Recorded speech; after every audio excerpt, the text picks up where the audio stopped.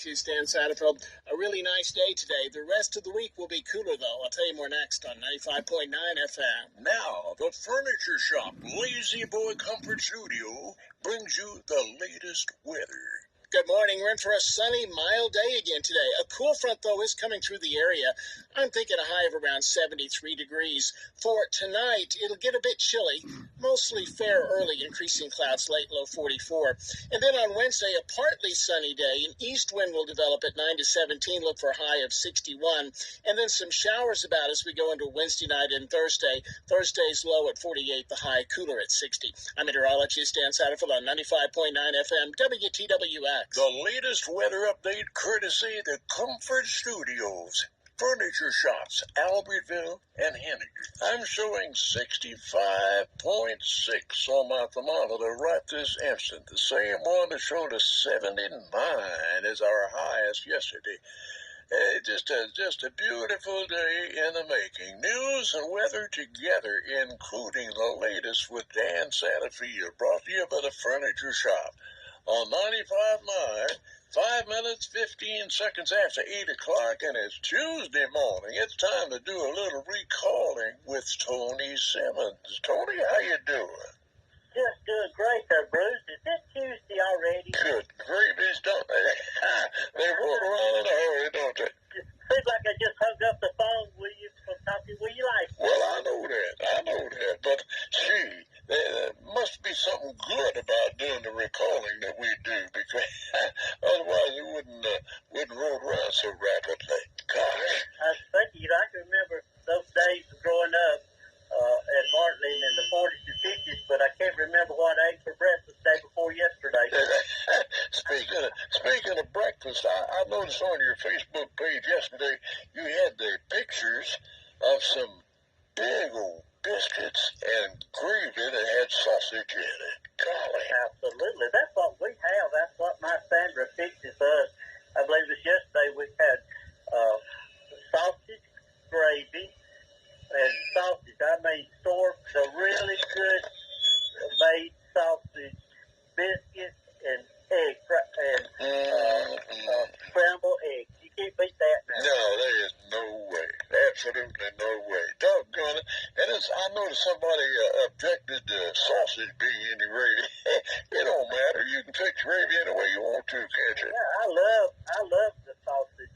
That maybe where she has fried the sausage and then take that sausage in the grease, and make sausage gravy. Put you some milk and some flour in there, and Sandra makes the very, very best. I mean, it's good. Does she occasionally make red gravy? Oh, yes, red-eye gravy and chocolate gravy. That's something I don't eat. I love it, but since I'm diabetic, I can't eat that. But he fixes chocolate gravy. Well. That's made out of, the old cocoa type, and it's not store-bought. It's good. Goodness gracious, boy, these are things that you only realize because you're from the South. That's right. That's why we grew up. I mean, that's why I grew up, type of food that we ate like that, And you know what we had for breakfast this morning? No, tell me about it. Hanky-pankies. What define that? It's made with real sausage. It's been crumbled up.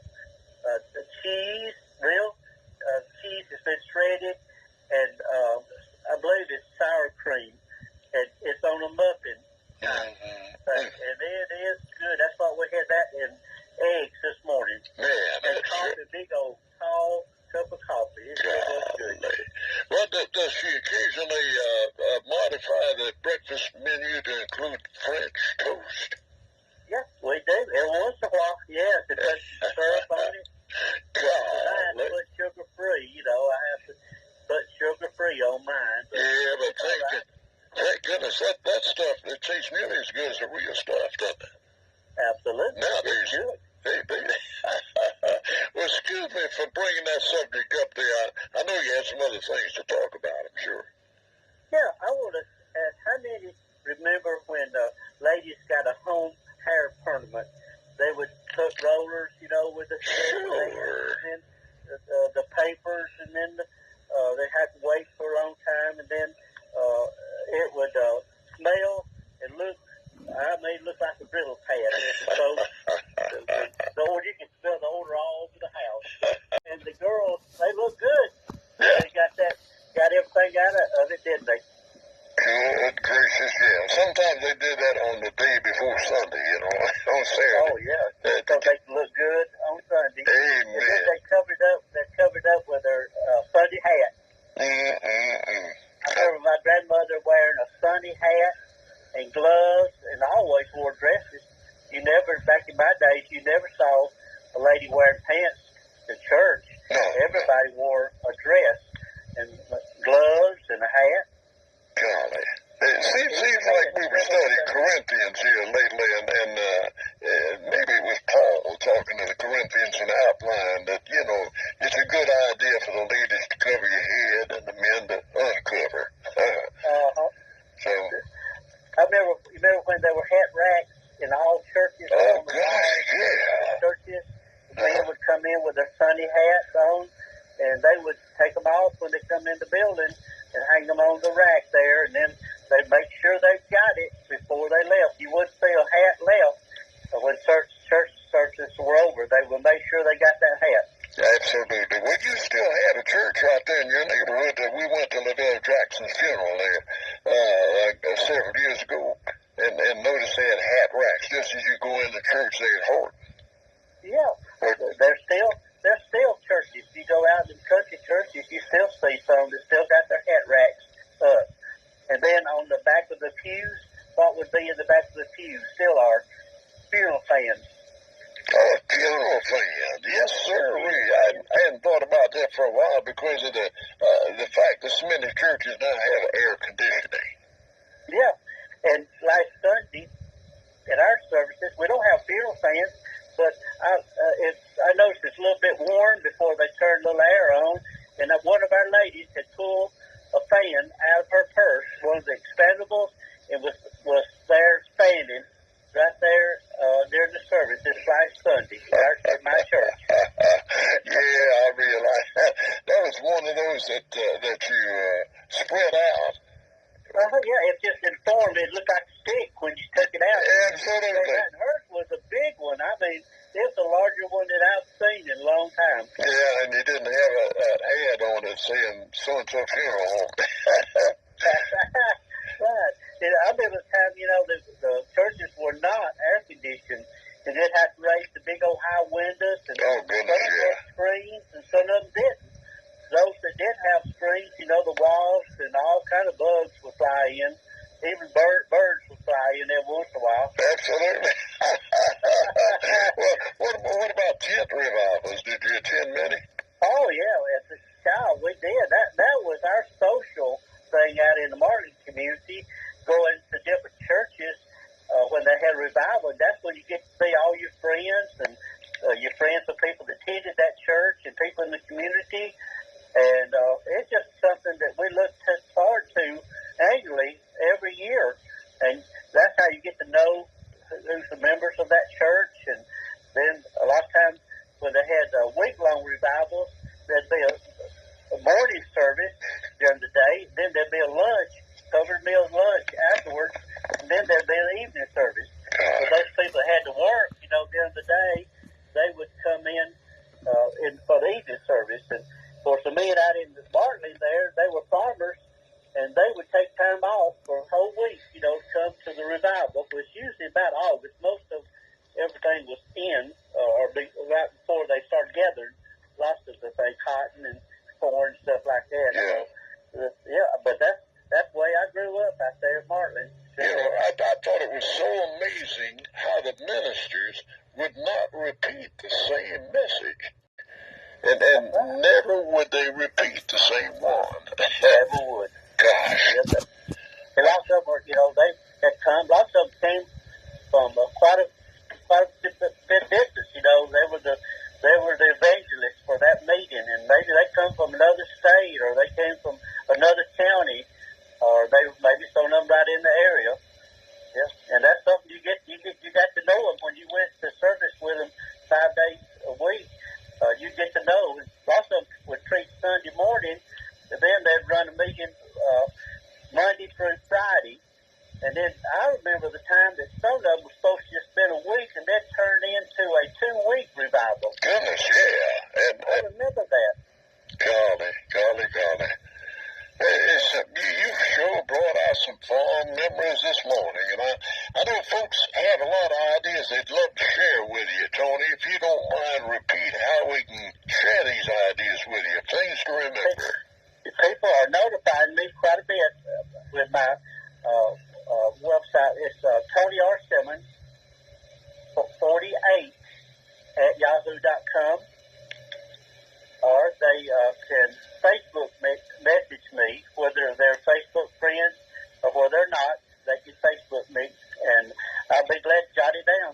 That's every day. I carry a notebook, pocket notebook with me, and wherever I go, lots of people come up and say they listen to our program every Tuesday morning. You got a big following. Oh, man, I love it. Just like Kenneth and Brenda Whiting, there's so many listeners to the Cabin on the Hill program. Oh, goodness, every Sunday morning, and all the programming. When Saturday I get up about 6 o'clock, we always hear the Rolo, the rooster crowing, and that kind of wakes us up, gets us going. You know? Good gracious, Brother Rod up at the Walmart store yesterday said, "How long you been on that radio?" I said, "Well, I came October 3rd, 1958, and he said, "Good gravy, I wasn't born till 1955. Hey, man, I'd love to keep on doing it another 60-odd years, you know. I know, you do an excellent job. We do hope that we like to see you doing it when you're 100 years old. Lord have mercy. I think there's a lady up at Copper Springs listening right now, and if she lives to September 27th, she'll be 102, Mrs. Elizabeth Burgess. Wonderful. About Miss Elizabeth Burgess. 102. She still lives by herself, and she's got a house that's so clean. You go up there, you can't see a speck of dust anywhere. She keeps her house immaculate. And that's Mrs. And her mind is keen. I talked to her about 4 weeks ago, and her mind is keener than mine. Absolutely. Gosh.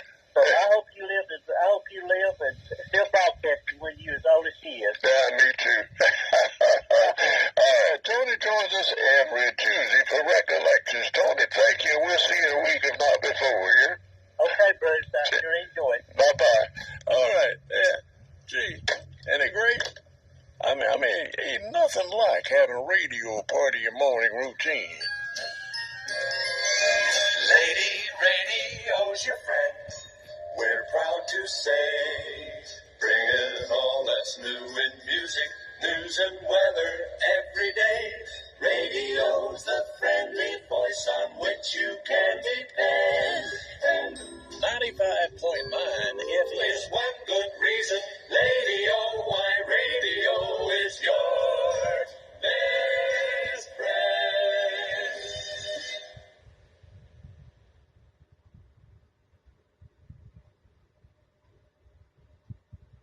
Well, look here.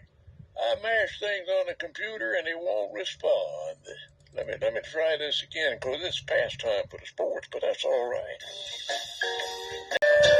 Okay, I couldn't tell you in just a few seconds how much we've enjoyed this session this morning. And I just hope it's the same on the receiving end.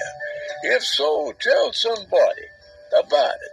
How much fun we have together on the Wake Up Show each morning. Have them tune in 95.9 at 2 minutes till 6 in the morning when the old rooster crows out that good morning greeting. Meanwhile, let's enjoy this pretty day. It's going to be another nice day like it's been for the past 2. There's some changes coming, but we'll talk about that later. See you in the morning, 2 to 6, the good Lord willing.